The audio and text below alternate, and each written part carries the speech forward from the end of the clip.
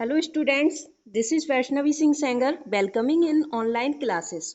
अब हम डिस्कस करने वाले हैं short and long answer type questions class 10th के third chapter two stories about flying की फर्स्ट स्टोरी जिसका नाम है his first flight. This is the story about the young seagull जिसका जो हम बहुत अच्छे से डिस्कस कर चुके हैं प्रीवियस वीडियोस में। अब इस पर वेस्ट क्या long answer and short answer type question पूछे जा सकते हैं वे हम इस वीडियो में डिस्कस करेंगे। ऑल ओके, देखिए क्वेश्चन आंसर सॉल्व करने से पहले आपको दो तीन चीजें पता होनी चाहिए। स्टोरी का नाम, next the name of main character of story, author का नाम, फिर आपको पूरे चैप्टर की समरी पता होनी चाहिए।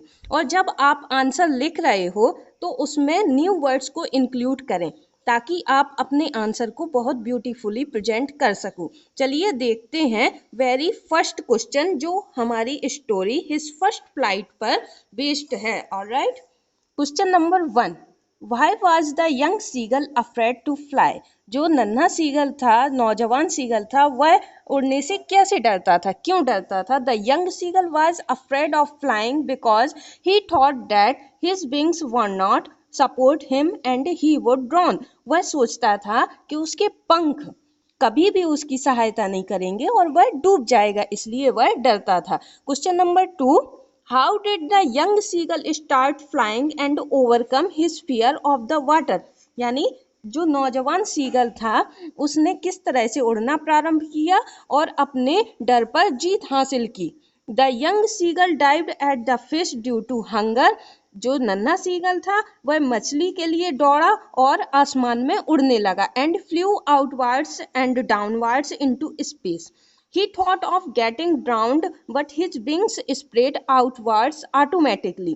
वह जैसे ही आसमान में उड़ने की उसने कोशिश की तो ऑटोमेटिकली ही उसके पंख फैल गए। He landed safely on the sea. और वह बड़ी आसानी से ही, बड़ी सुरक्षा से समुद्र में उतर गया। And floated on it without fear.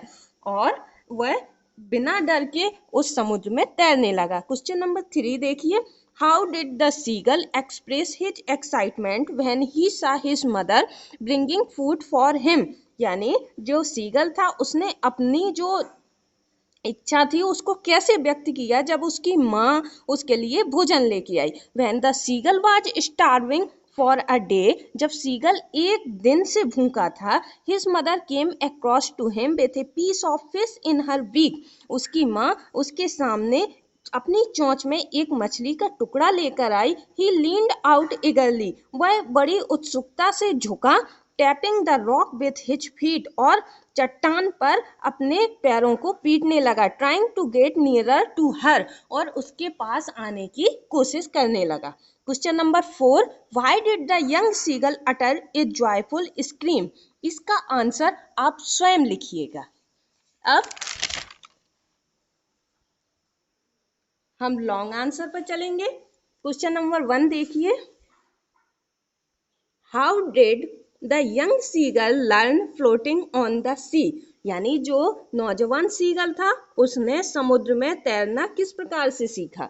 तो आंसर में आप लिखेंगे after flying for some times, यानी कुछ समय उड़ने के बाद the young seagull came near the sea. जो नन्हा सीगल था वह समुद्र के पास आ गया। He was flying straight over it, और वह उसके ऊपर समुद्र पर उड़ रहा था। He saw a vast green sea beneath him, और उसने कभी भी पहले, क्योंकि वह उड़ नहीं सकता था, तो उसने इतना बड़ा विशाल समुद्र कभी नहीं देखा था अपने नीचे। With the little rich moving over it, his brothers and sister had landed on the sea and they were calling in a shrill voice. जो उसके भाई बहन थे वो समुद्र में उतर गए और उसे जोर जोर से आवाज देने लगे। एंड बिकॉनिंग टू हिम, और उसे पुकारने लगे। He dropped his legs to stand on the green sea, उसने अपने पैरों को समुद्र में, जो हरा समुद्र था उसमें उतरने की, खड़े होने की कोशिश की। His legs sank into water, उसके पैर जो हैं वो पानी में डूबने लगे।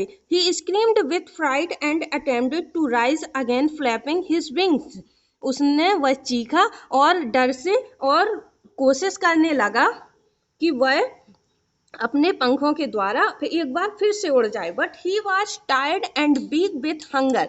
लेकिन वह बहुत ज़्यादा थका हुआ और भूखा था, इसलिए वह बहुत कमज़ोर था। His feet sank into the green sea, उसके पैर जो हैं वह उस हरे समुद्र में डूबने लगे। And then his belly touched it, और उसका जो पेट था उसने भी उसको छू लिया, पानी को छू लिया। एंड ही सैंक नो फर्दर, और वह इसके आगे नहीं डूबा। He was floating on it and around him his family pressing him, और उसके चारों तरफ वह तैरने लगा अब, और उसके चारों तरफ उसके परिवार के, उसके भाई बहन, माता पिता उसकी प्रशंसा कर रहे थे। And offering him food from their beaks, और उसकी जो अपनी चोंचें थी उनमें से उनको मछली या खाना लेकर उसको ऑफर कर रहे थे। This is how he learned floating on the sea, और इस प्रकार पता चला कि वह उसने समुद्र में तैरना कैसे सीखा। Question number 2, what the methods.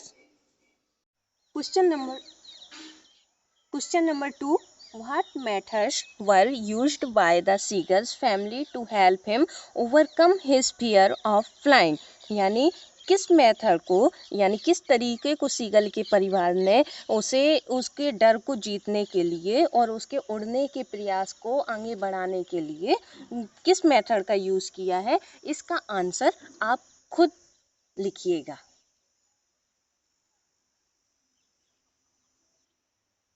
इस तरह से हमने पूरा लेसन अच्छे से कवर किया। हिज फर्स्ट फ्लाइट को अच्छी तरह से आप सब प्रिपेयर करिएगा। हमारी फर्स्ट फ्लाइट बुक के third chapter 2 stories about flying की पहली स्टोरी में हमने सीगल की फर्स्ट फ्लाइट के बारे में पढ़ा। अब सेकेंड पार्ट में हम ब्लैक एरोप्लेन नामक स्टोरी को पढ़ेंगे, जिसके ऑथर हैं Frederick Forsyth. This is very short and interesting story. Chapter में स्टोरी बताने वाले नरेटर का नाम नहीं बताया गया है। वह अपने प्लेन में इंग्लैंड से फ्रांस जा रहा है। एक ब्लैक एरोप्लेन उसकी हेल्प करता है। वह ब्लैक एरोप्लेन कौन था, यह जानने के लिए हम ब्लैक एरोप्लेन का हिंदी में अनुवाद पढ़ेंगे। The moon was coming up in the east behind me and stars were shining in the clear sky above me. मेरे पीछे पूर्व दिशा में ऊपर चंद्रमा आ रहा था तथा मेरे ऊपर साफ आकाश में तारे चमक रहे थे, और आकाश बिल्कुल साफ था, यानी एक भी बादल आसमान में नहीं थे। I was happy to be alone high up above the sleeping countryside. मैं प्रसन्न था अकेला ऊपर ऊंचाई पर सोते हुए देहात पर। I was flying my old Dakota aeroplane over France back to England. मैं अपना डकोटा वायुयान फ्रांस के ऊपर वापस इंग्लैंड की तरफ उड़ा रहा था। I was dreaming of my holidays and looking forward to being with my family. मैं अपनी छुट्टियों का सपना देख रहा था, वह अपने परिवार के साथ होने के लिए उत्सुक था। I looked at my watch 1:30 in the morning. मैंने अपनी घड़ी में देखा, समय था प्रातः 1:30 बजे।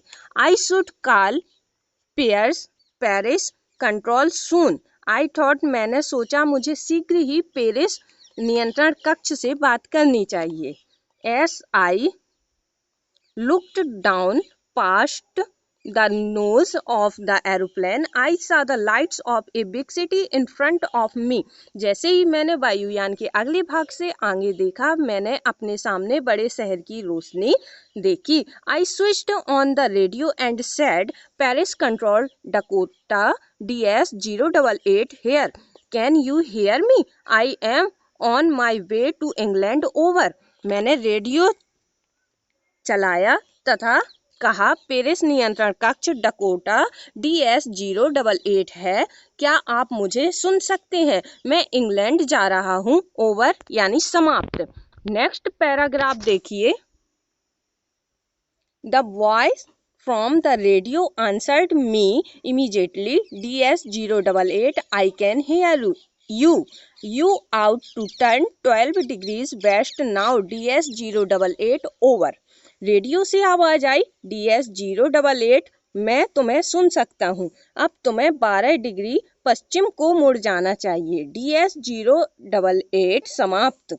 I checked the map and the compass, switched over to my second and last fuel tank and turned the Dakota 12 degrees west towards England। मैंने नक्शे व दिशा सूचक यंत्र जिससे दिशाएं देखने के लिए हम प्रयोग करते हैं उसे देखा व दूसरा व आखिरी ईंधन का टैंक चालू किया तथा डकोटा को 12 डिग्री पश्चिम इंग्लैंड की ओर मोड़ा।